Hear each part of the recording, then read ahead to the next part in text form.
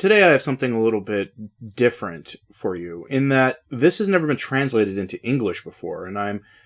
going to attempt the really dumb thing to do and use Google Translate.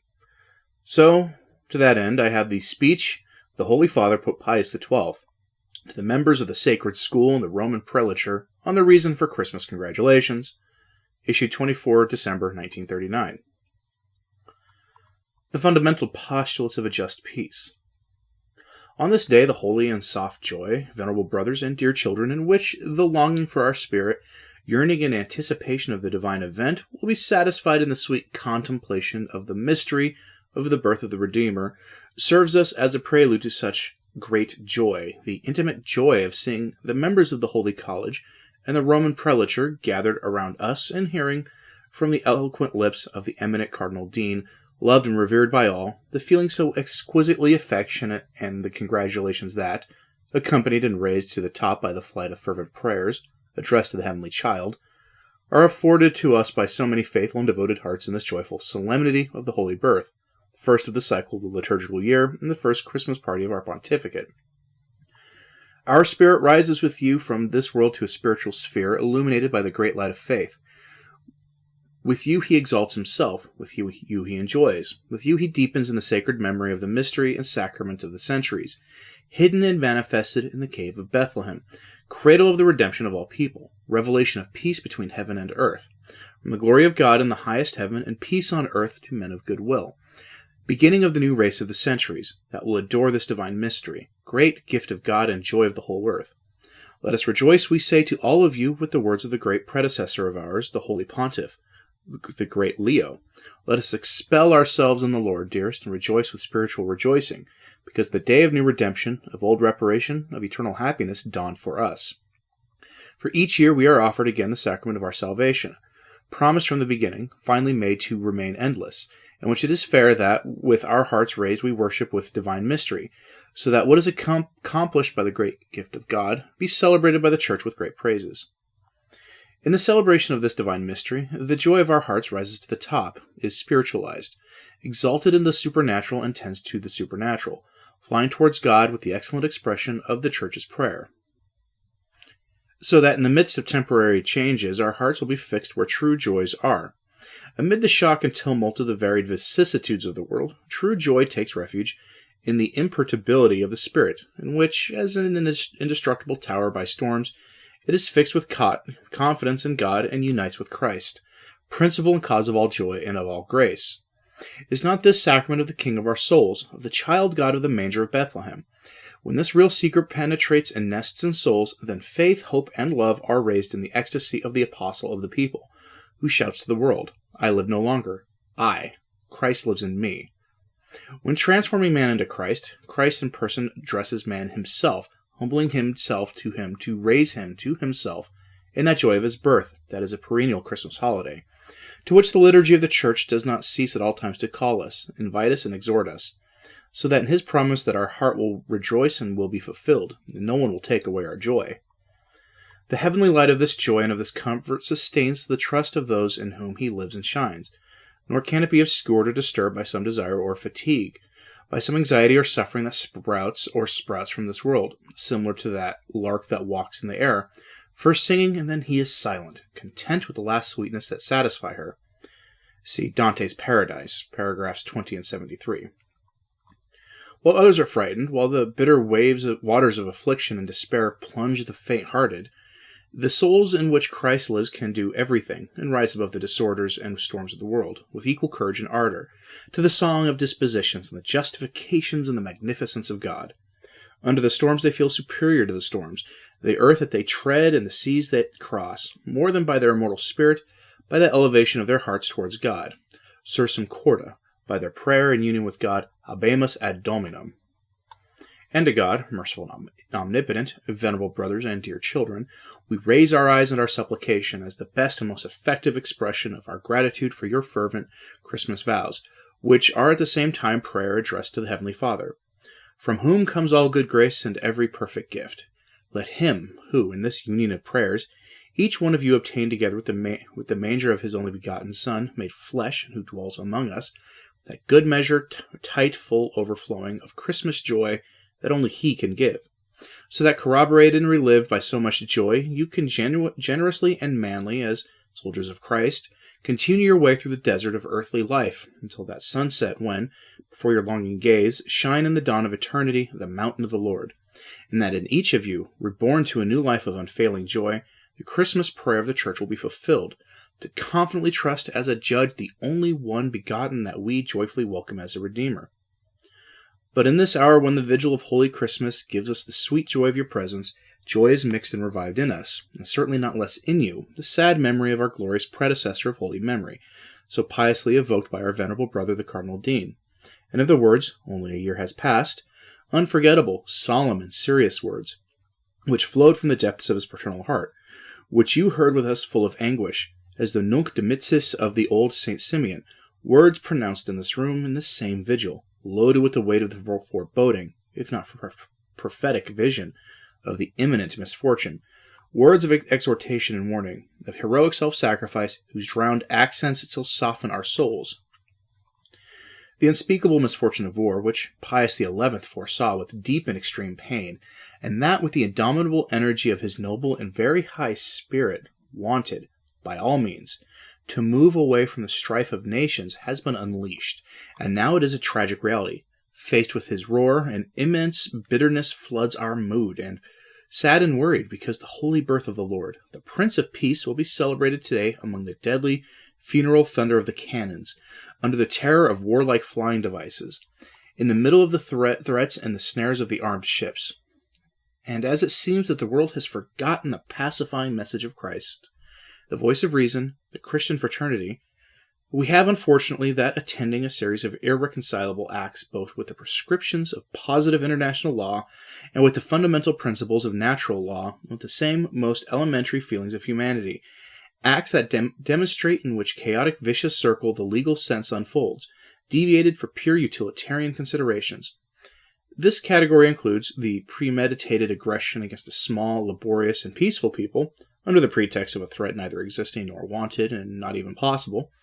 atrocities, whoever committed them, and the illicit use of means of destruction against non-combatants and fugitives, against the elderly, women, and children, contempt for dignity, freedom, and human life.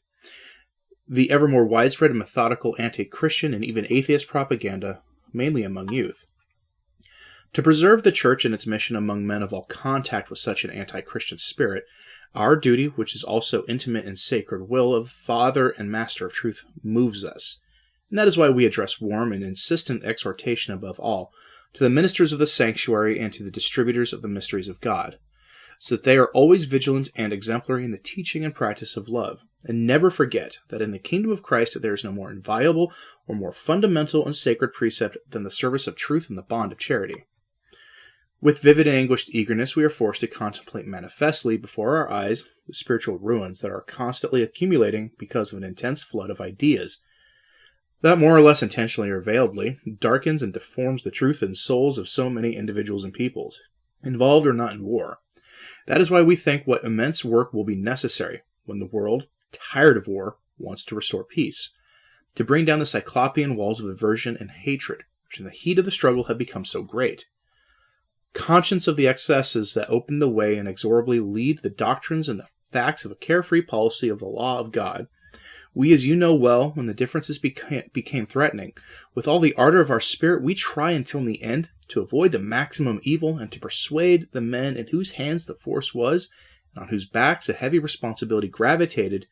to that they move away from an armed conflict and save the world unpredictable misfortunes. Our efforts, and those that, convergent, came from other places, did not achieve the expected result or effect, especially since the deep distrust appeared immovable, which, growing in the spirits during the last years, came to raise among the impassable spiritual barriers. The problems that were agitated among nations were not insoluble, but that distrust, caused by a series of particular circumstances,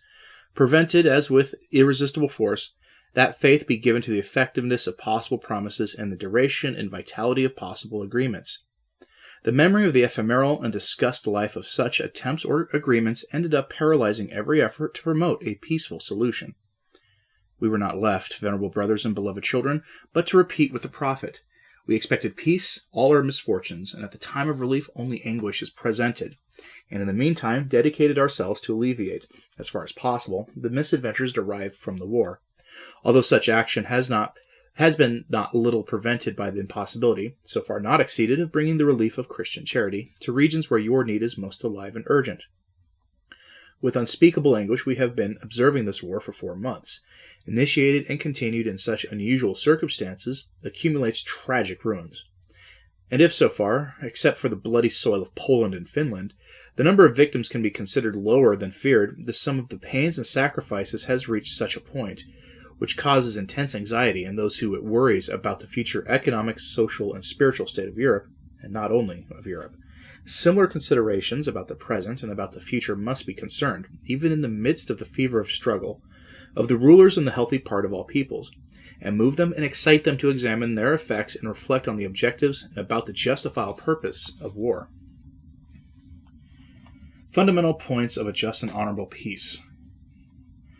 And we think that those with a watchful eye look at these serious perspectives and consider with calm mind these symptoms that in many parts of the world indicate the evolution of events, will remain, despite the war and its hard needs, arranged internally to define the appropriate and inappropriate time, clearly as appropriate, the fundamental points of a just and honorable peace, and will not capriciously refuse the efforts on any occasion that are presented with the necessary guarantees and precautions. 1. A fundamental postulate of a just and honorable peace is to ensure the right to life and independence of all nations, large and small, powerful and weak. The will to live of one nation should never amount to the death sentence for another. When this equality of rights is destroyed or injured or endangered, the legal order requires reparation, the extent of which should not be determined by the sword or selfish arbitration, but by the rules of justice and reciprocal equity. 2. In order that the order of this established way may have tranquility and duration, access of true peace, nations must be freed from the past slavery of the arms race and the danger of that material force, instead of serving to protect a right, become a tyrannical violator of it. Peace treaties that did not attribute fundamental importance to a mutually consensual, organic, progressive disarmament, both in the practical and spiritual order, and did not take care to do it loyally, would reveal sooner or later their inconsistency and lack of vitality. 3. In any reorganization of international coexistence, it would be according to the maxims of human wisdom that all interested parties deduce the consequences of gaps or deficiencies of the past, and when creating or rebuilding international institutions, which have such a high mission, but at the same time so difficult and full of various serious responsibility, the experiences that resulted from the inefficiency or the defective operation of previous similar initiatives should be taken into account. And since human weakness is so difficult, we could almost say so impossible, foresee everything and secure everything at the same time of the peace treaties, when it is so difficult to be free from passions and bitterness. 4. In particular, a point that should demand attention, if a better management of Europe is desired, refers to the true needs and the just demands of nations and peoples, as well as ethnic minorities, requirements that, if not always sufficient to support a strict right, when recognized and sanctioned, treaties or other legal titles that oppose them are in effect, however, deserve a benevolent examination to solve them by the peaceful methods and also, when necessary, through an equitable, prudent, and concordant revision of the treaties. Reconstituted thus a true balance between the nations, restored the basis of a mutual confidence, many temptations to resort to the violence would be avoided. And 5th, but even the best and most fulfilled regulations will be imperfect and ultimately doomed to failure if those who direct the fate of the peoples and the peoples themselves do not let themselves be increasingly penetrated by that spirit from which life can only come, authority and obligation to the dead letter of the paragraphs of the international systems. That is, that sense of intimate and acute responsibility that looks and ponders human statutes according to the holy and indestructible norms of divine law, of that hunger and thirst for justice that is proclaimed as bliss in the Sermon on the Mount, and which has moral justice as a natural precondition, of that universal love that is the compendium and the most advanced term of the Christian ideal. The obstacles of peace. We do not know how serious are the difficulties that stand in the way of achieving these ends, which we have drawn to great lines, to be found, carry out, and preserve a just international peace. But if there has ever been an ideal worthy of the cooperation of all noble and generous spirits, if there has ever been a longing for a spiritual crusade that made the cry "God wants it" resonate with new truth, it is truly this very high ideal and this crusade and struggle of pure and magnanimous hearts, undertaken to redirect the peoples of the murky cisterns of the material and selfish interest the living source of the divine right, which is the only one that can give that morality, nobility, and stability whose lack and need have been so missed and for such a long time. We believe and hope that all who are united to us by the bonds of faith, each one in his position and within the limits of his mission, have his mind and heart open to these ideals, which are at the same time real ends of a true peace in justice and in love. So that when the hurricane of war is about to cease and disappear, there arise in all peoples and in all nations foreseeable and pure spirits, animated by a courage that knows and is able to oppose the dark instinct of low revenge, the severe and noble majesty of justice, sister of love and companion of all true prudence. Of this justice that is the only one capable of creating peace and ensuring it, we and with us all who listen to our voice do not ignore where we are given to find the sublime specimen, the intimate impulse and the sure promise. Transemus usque Bethlehem et videmus. Let's go to Bethlehem. There we'll find lying in the manger the born Son of Justice, Christ our God. Next to her, the Virgin Mother, mirror of justice and Queen of Peace. With the holy custodian Joseph, the man fair. Jesus is the expected of the people. The prophets pointed it out and sang their future triumphs. And he will be called a wonderful counselor, strong God, everlasting Father, Prince of Peace. See Isaiah chapter 9, verse 6. When this heavenly child was born, another Prince of Peace settled on the banks of the Tiber and had solemn ceremonies dedicated to the Ara Pacis Augusta, whose wonderful but broken remains, buried for centuries under the ruins of Rome, have raised their heads in our day. On that altar, Augustus sacrificed in honor of unsaved gods. But it is lawful to think that the true God and eternal Prince of Peace, who a few years later appeared among men, has heard the desire of that time for peace, and that the peace of Augustus has been like a figure of that supernatural peace that only he can give, in which all earthly peace is necessarily understood. That peace conquered not with iron, but with the wood of the cradle of this infant Lord of Peace, and with the wood of his future cross, of death, sprinkled with his blood of not of hate and resentment, but of love and sorry. Let us then go to Bethlehem and to the grotto of the newborn King of Peace, sung on his cradle by the choirs of the angels, and kneeling before him, in the name of this restless and shaken humanity, in the name of the innumerable men, regardless of people or nation, who bleed and die, who are fallen into tears and misery, or have lost their country, let us direct our invocation of peace and harmony, help and salvation, with the words that the Church puts on these days on the lips of her children. O Emmanuel, rex et legifer noster, expectatio gentium et salvator eram, come to the salvendum nos Domine Deus noster. While this prayer, we unleash our aspiration for peace in the Spirit of Christ, mediator of peace between heaven and earth. With his kindness and humanity appeared in our midst, and we warmly urge the faithful Christians to associate with our intentions also his sacrifices and his prayers. We impart, venerable brothers and dear children, to you and to all who carry in your heart all the men of good will who are scattered on the face of the earth, especially those who they suffer, to the persecuted, to the prisoners, to the oppressed of every region and country, with unchanging affection, as a pledge of thanks and of heavenly consolation and reliefs, the apostolic blessing.